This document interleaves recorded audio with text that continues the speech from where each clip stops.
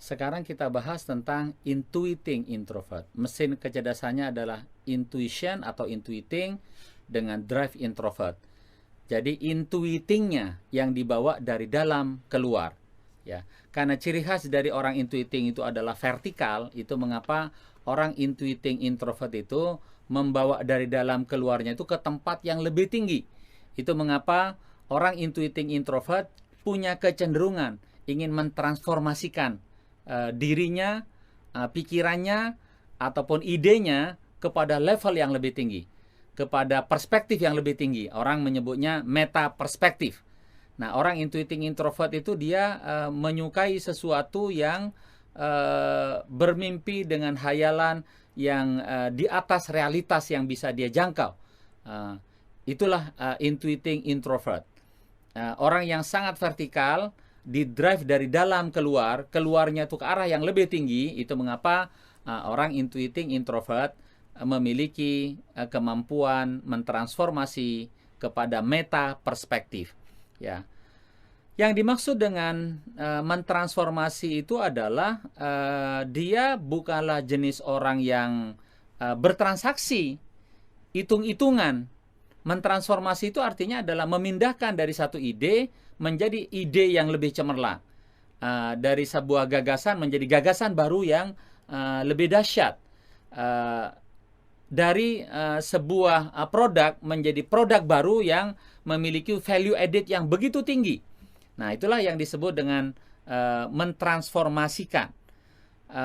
Dan secara unik, pada orang intuiting introvert ini, dia punya kegemaran untuk tertantang menangani masalah-masalah baru, masalah-masalah yang asing.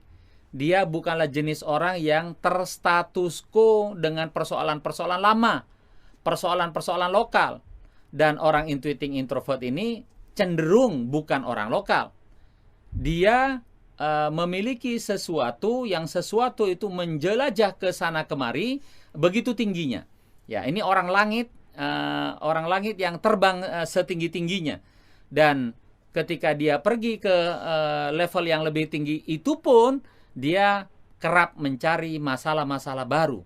Dia mencari masalah-masalah asing. Bagaimana terjemahnya dalam kehidupan sehari-hari? Wajar kalau orang intuiting introvert ini dia akan menyukai kawin dengan orang yang bukan satu suku, bukan dari daerahnya, karena dia menggunakan meta perspektif tadi, menggunakan perspektif yang lebih tinggi. Seseorang yang berasal dari katakanlah Semarang, kemudian dia memiliki pertimbangan bahwa Jakarta itu lebih tinggi daripada Semarang budayanya, maka dia dari Semarang lebih senang dikawinin oleh orang Jakarta. Orang Jakarta menganggap bahwa Singapura lebih tinggi, New York lebih tinggi, maka dia lebih senang dikawinin oleh orang Singapura dan orang New York. Nah, orang intuiting introvert pergi lebih jauh melampaui situasi lokal. Dan dia menyukai hal-hal yang asing. Nah, karena menyukai hal-hal yang asing inilah, itu mengapa orang intuiting introvert ini memang seperti anti kemapanan. Dia begitu reformis, dia menyukai perubahan karena kerap dia berubah dari satu topik ke topik yang lain, dari satu ide ke ide yang lain, dari satu masalah ke masalah yang lain, sepanjang keseluruhannya itu adalah membuat dia ditarik ke atas. Intuiting introvert selalu ingin pergi naik, terbang tinggi ke atas, dan apapun yang menjadi pencetus untuk dia naik ke atas, itu adalah menjadi makanannya. Ya. Sesungguhnya cara kerja otaknya orang intuiting introvert ini, dia bukanlah jenis orang yang terspesialisasi kepada satu jenis pikiran tertentu. Dia lebih merupakan whole brain, keseluruhan yang sedang mempolakan sesuatu. Jadi intuiting introvert ini punya kemampuan berpikir lebih komprehensif, meskipun pasti akan kalah dengan orang insting. Dia bisa berpikir lebih holistik meskipun akan kalah dengan orang insting, tetapi holistiknya dan komprehensifnya orang intuiting introvert ini menggunakan konsep, menggunakan standar di level yang lebih tinggi, menggunakan meta perspektif tadi, sehingga dia bergerak di level yang lebih atas. Nah, Bukan terspesialisasi, tetapi dia menggunakan whole brain yang mentransformasi dan mempolakan pikiran kepada peringkat tertentu. Jadi wajar kalau orang intuiting introvert, terjemahannya sehari-hari, kalau wajahnya dia skornya itu 7, maka dia merasa dirinya 10. Nah, itu orang intuiting introvert, dia over pede, kepedean. Ya. Dalam hal punya kemampuan managerialship, kepemimpinan, orang intuiting introvert selalu mengukur dirinya lebih tinggi dari orang lain. Jadi ketika dia memilih pasangan, maka dia bukan memilih pasangan yang skornya 7 sesuai dengan realitas wajahnya dia. Tidak, dia akan memilih yang skornya 10 dan dia pede untuk mengejar itu. Ya kan? Udah gitu boleh jadi pasangannya setuju juga karena kemampuan berpikir dia itu adalah beyond dari realitas yang ada.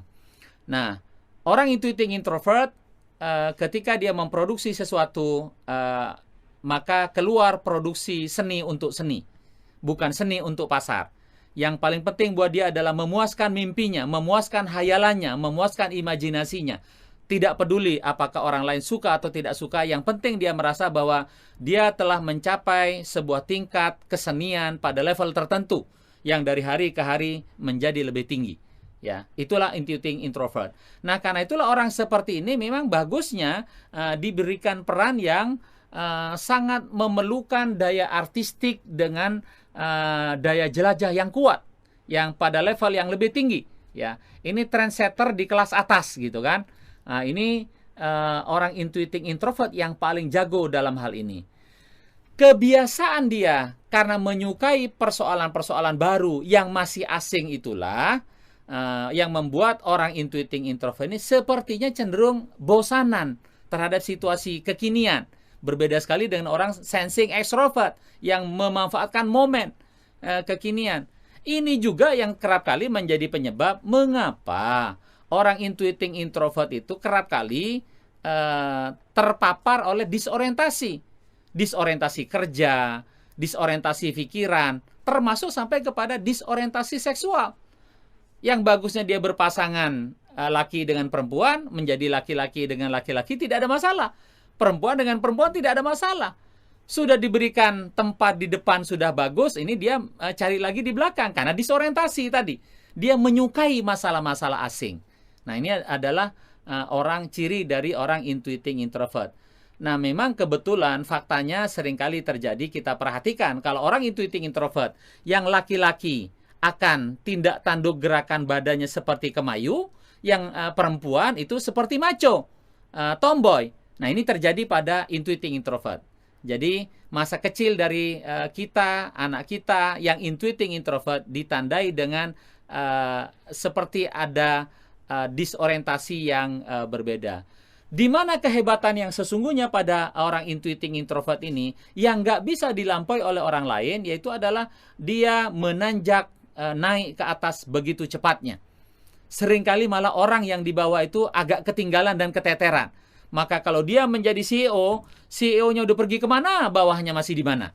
Nah, ini seringkali terjadi. Bagaimana caranya orang intuiting introvert ini untuk bisa berkembang jauh? Ini memang sangat bagus diletakkan di kalau perusahaannya itu atau kalau bisnisnya itu sangat kuat di riset, sangat kuat di pengembangan produk. Karena riset dan pengembangan produk ini cocok sekali ditaruh orang intuiting introvert yang dengan meta perspektifnya itu dia melampaui zamannya, melampaui realitas yang ada saat ini.